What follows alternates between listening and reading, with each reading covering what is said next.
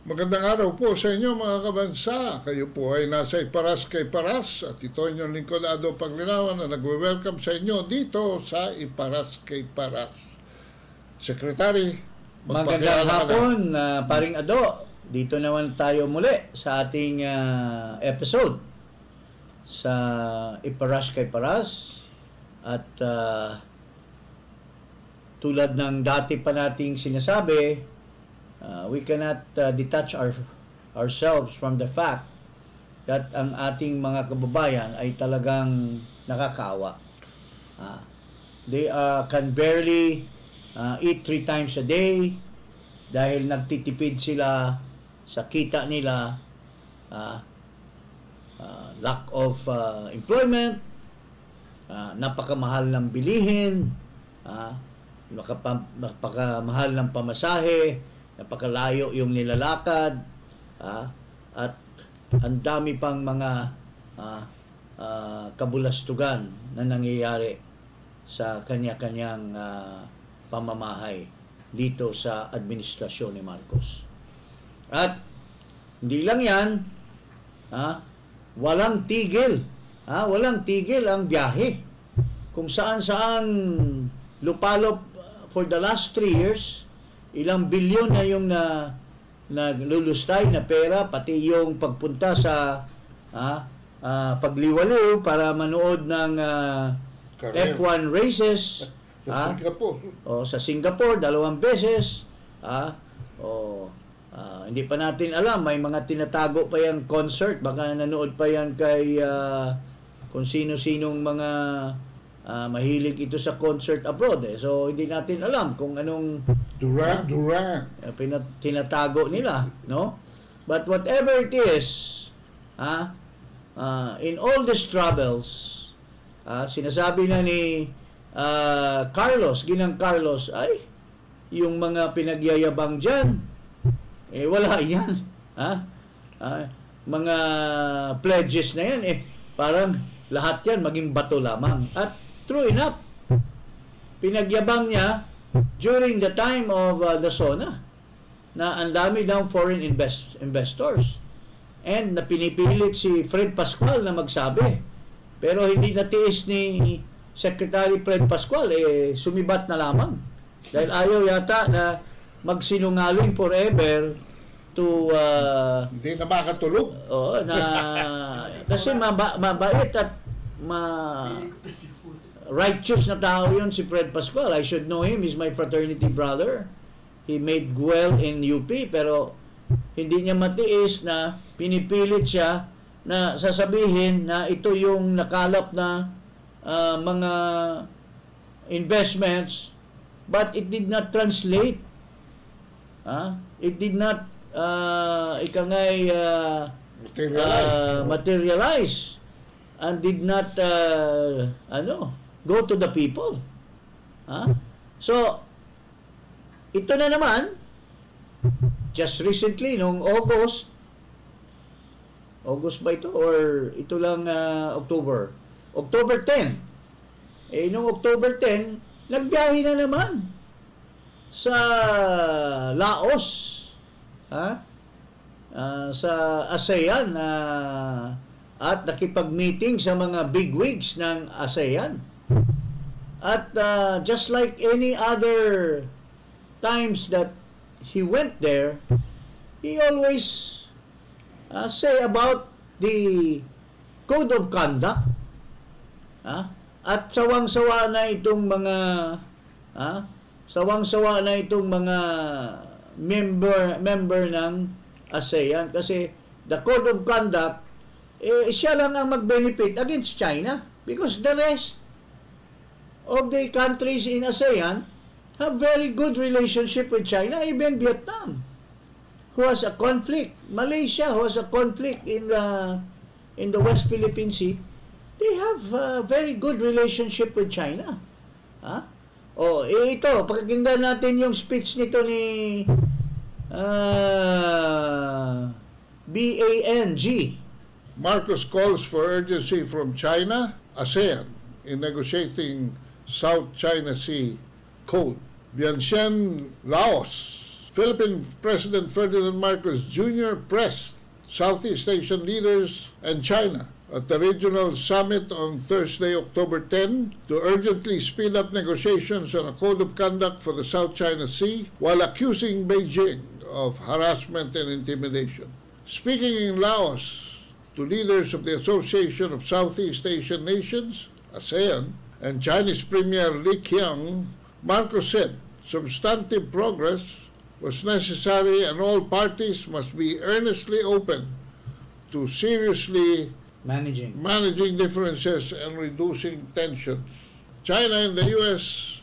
ally, the Philippines, have been at loggerheads over a succession of confrontations near the disputed features in the South China Sea, with Manila accusing China's Coast Guard of aggression and Beijing furious over what is called repeated provocations and territorial incursions.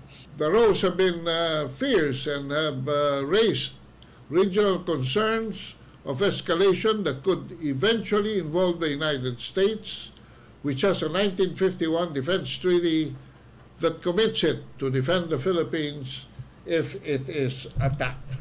Yan naman, paulit-ulit na naman. Hindi lang yan pang-sampo na siguro niyang visit dyan sa ASEAN. Wala na siyang iba na kinukulit sa mga Asian leaders, ASEAN leaders, kundi yung Code of Conduct. Ha? Alam naman natin na talagang tinutulak siya ng mga kano. Ha?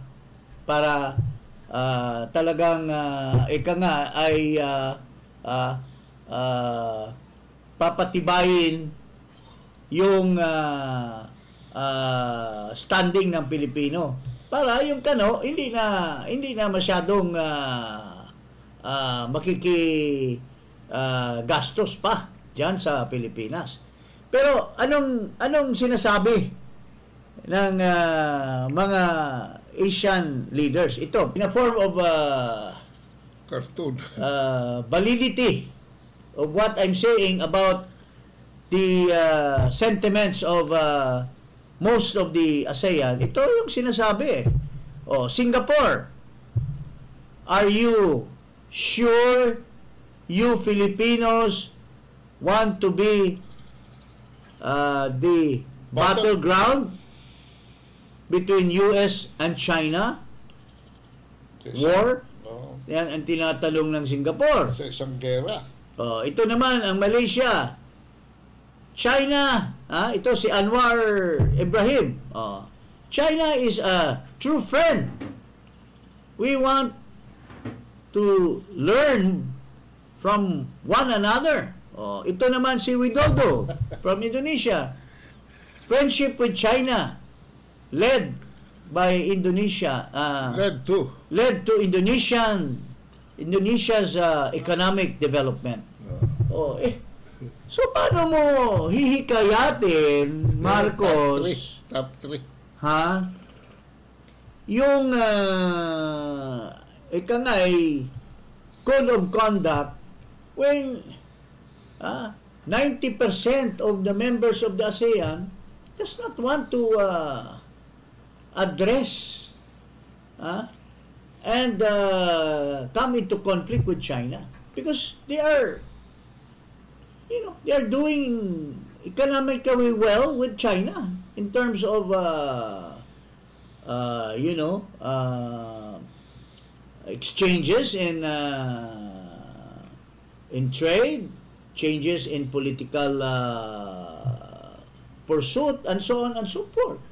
Ikaw lang yung mag-isa Ito nga, sabi pa ni Mahathir dito sabi ni Mahathir, former Malaysian Prime Minister Mahathir Mohamad said that China was not a threat to anyone in the South China Sea dispute and was not worried about aggression from China, accusing the United States and warned not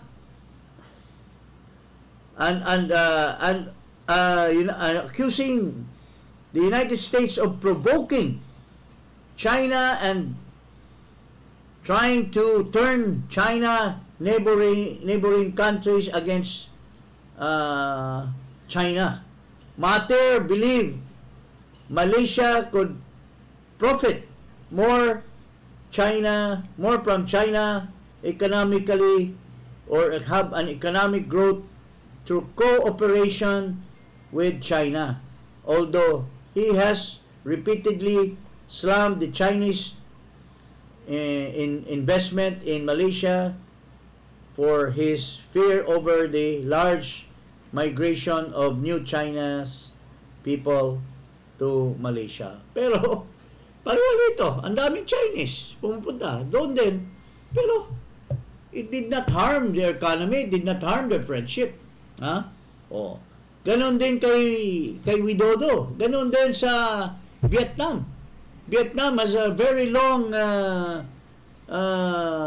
trade, long political relationship with Vietnam since in the 50s. So, no amount of skirmish or conflict in that. Tayo lang, dahil nakikialam ang Amerika dito sa Pilipinas. Ha, paring Ado? Ano masasabi mo? Ang pakikialam kasi ng Amerika dito, zero sum. Pag nakasalimuha ka sa kanila, nakastop yung relationship mo sa China. Pula-puti. Hindi, either or.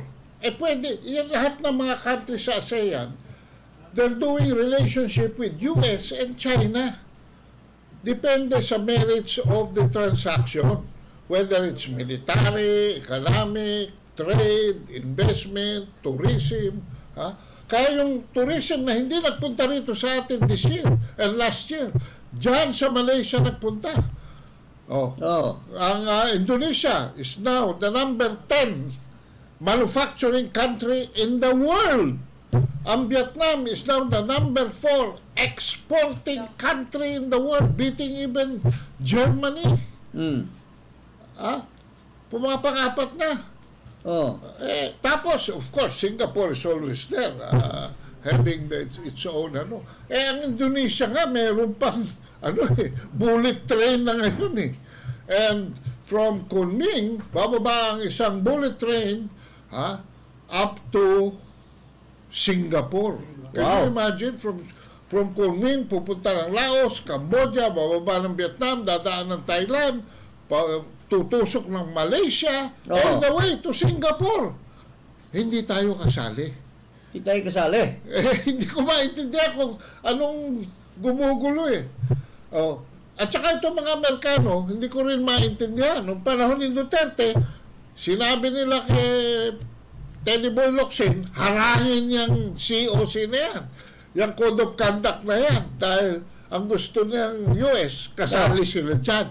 Hindi naman sila stakeholder dito sa region. Hindi rin sila coastal state. Pero ngayon, sinusubo nila si Marcos dahil zero na tayo sa West Philippines. At saka magbabago ito, 15 days more to go. And it seems there is a strong indication that Donald Trump will win the election in the United States. November po yan. And Marcos should be bracing up for a new dimension of Trump's direction. Kasi in one of the news item dyan sa Fox News, sinasabi that Trump will not interfere in the China and Taiwan conflict, and he is very confident that he will even be able to pacify, kasi he's a good friend of Xi Jinping. So pagka nangyari yan, baka pati yung EDCA ipo-pull out ng Amerika yan, because unang-una, Trump does not want negosyante si Trump any war. He wants to stop the war in Ukraine. He wants to negotiate with Ukraine and Russia.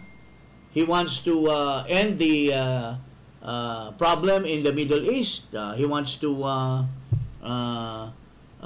defend Israel and try to be a broker to the Arabs and so on and so forth. Para ba walang gera? Pawala. And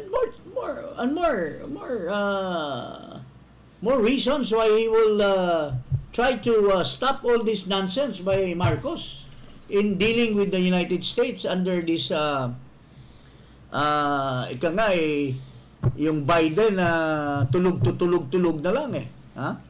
Oo. Marami kasing kumikita dyan sa pera ni Biden na pinapasok dito sa Pilipinas. I'm sure, pati yung mga spokesman dyan sa Coast Guard, nagdadala ng duffel bag. Kinabang yan. Pati na itong mga pro-Americans na opisyal ngayon dyan sa DND at saka dito sa NSA. I think a lot of Filipinos are expectant. In the United States, I spoke to a lot of our brothers Filipinos. They are very expectant of Trump because they already being Americans by citizenship. Trump will bring in make America great again. Hindi makikialam sa ibang countries. He will concentrate, mag-build siya ng mga industry sa Amerika. He will stop the entry of foreign goods by imposing tariffs and so on and so forth.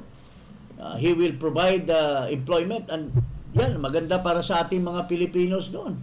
The Filipinos will be giving more money to their relatives in the Philippines. So, ibang-iba kung tulog na yung Amerikano na presidente, ay yung kanilang Vice President ay galing pa sa Bombay, anong mangyayari? Pero with Trump, it will bring very, very good prospects for the United States and including the Philippines. Mapapaganda ang relasyon natin sa ibang mga countries. Kasi si Trump hindi pala away. A progressive US and a progressive China will mean a progressive Philippines. So, yun po ang So, I don't know why Marcos is not anticipating the change of atmosphere in this part of town.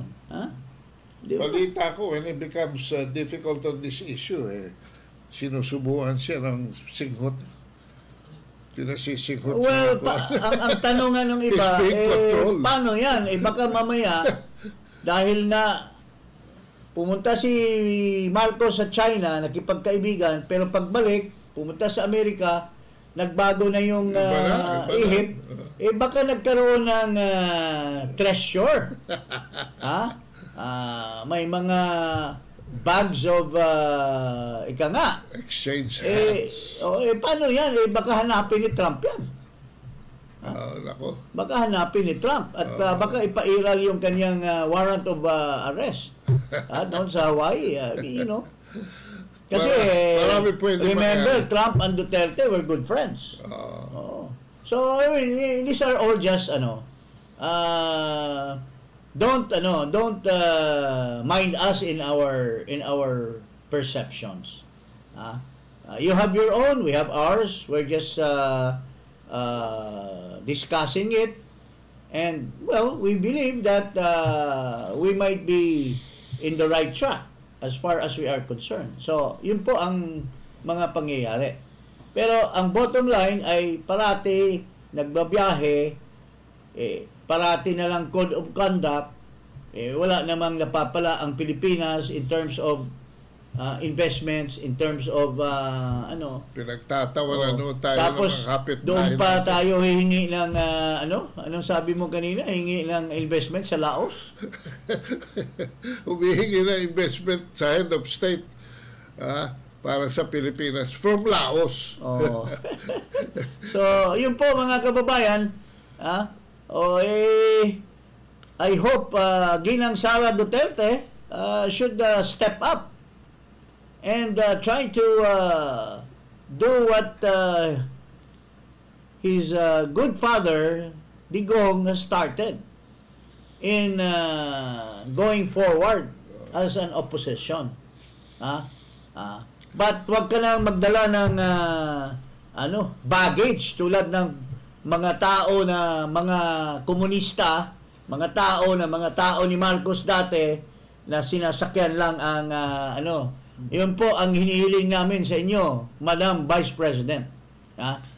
Be a purist at mag-ingat ka sa mga pumapasok na mga Bangga. mga infiltrator sa ranks mo. Now that you are already out of the bag, just like the cat that's already out of the bag, then you are free to do what is best for the Filipino people. Maraming salamat po at magandang hapon po sa inyo lahat. Huwag kalimutan mag-subscribe dito sa Iparas kay Paras at i-click ang notification bell.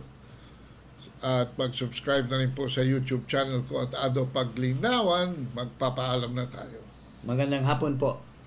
Marcos, alis dyan.